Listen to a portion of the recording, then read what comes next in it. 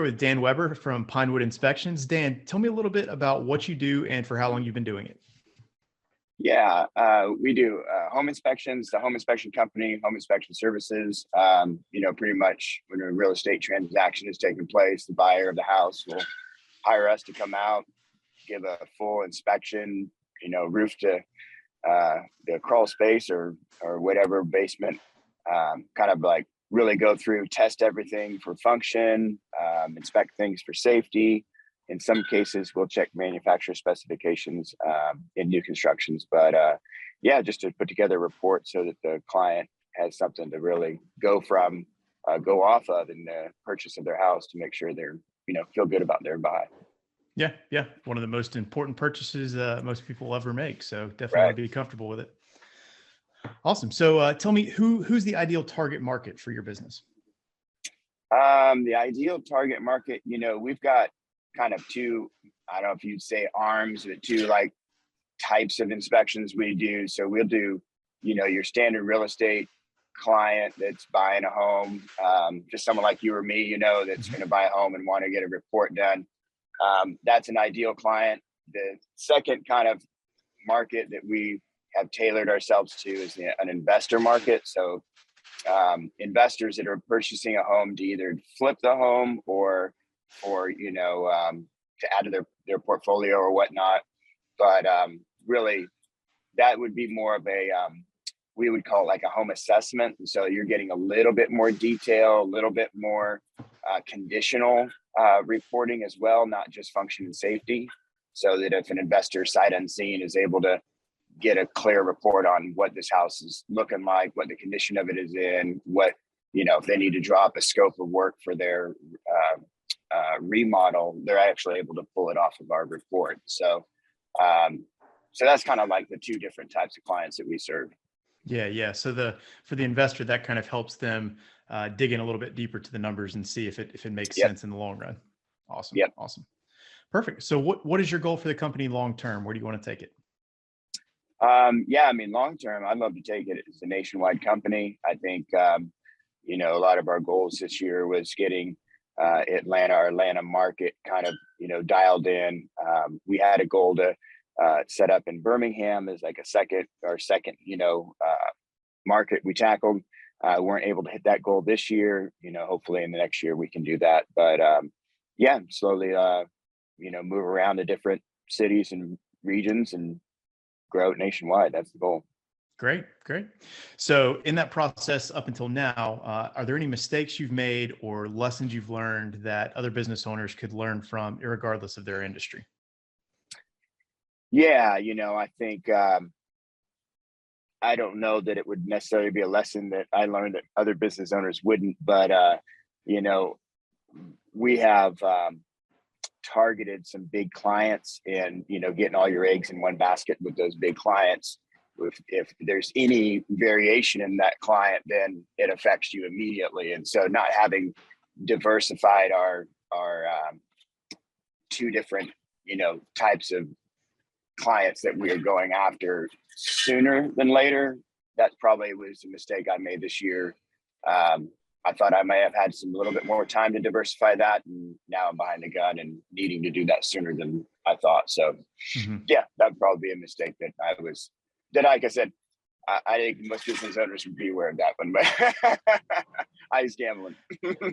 You'd be surprised. Everything starts going really well, and you form that good relationship, and then you don't think about what if things change in the long term. Yep. Awesome. So have you had a good coach or mentor as you've moved forward in the business? And if so, why? I've got probably a handful of guys that every now and then we'll get together. We all have some, own our own businesses and have been in the business world for a season. And so, that's probably the best or only source of mentoring. We'll kind of collaborate a little bit, what's working for you, giving tips back and forth.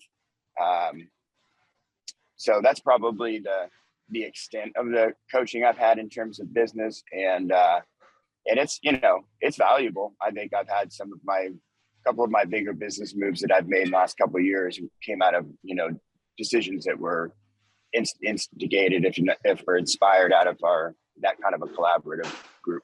Mm-hmm. So good peer group where you can kind of bounce ideas off one another. And Yep. awesome. So what do you think the future looks like for Pinewood Inspections, and are there any challenges you see moving forward? Yeah, I think the future for Pinewood looks like it could be rocky.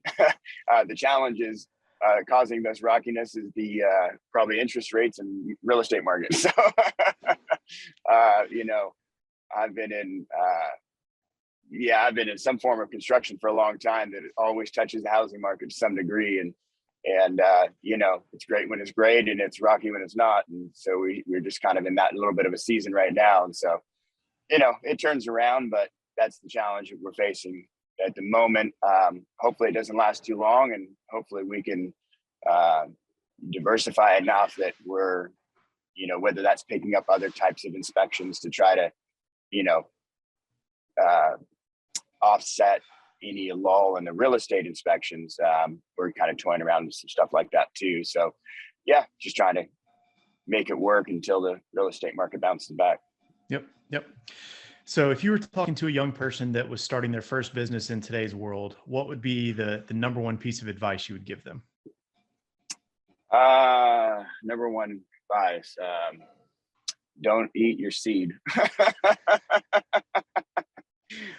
You know, I've told people before, the most ideal thing you can do is start a business while you're working for somebody else, so that you're not having to figure out how to eat on the food that eat your food, you know, eat on the money that you're actually trying to put back into the business to build it.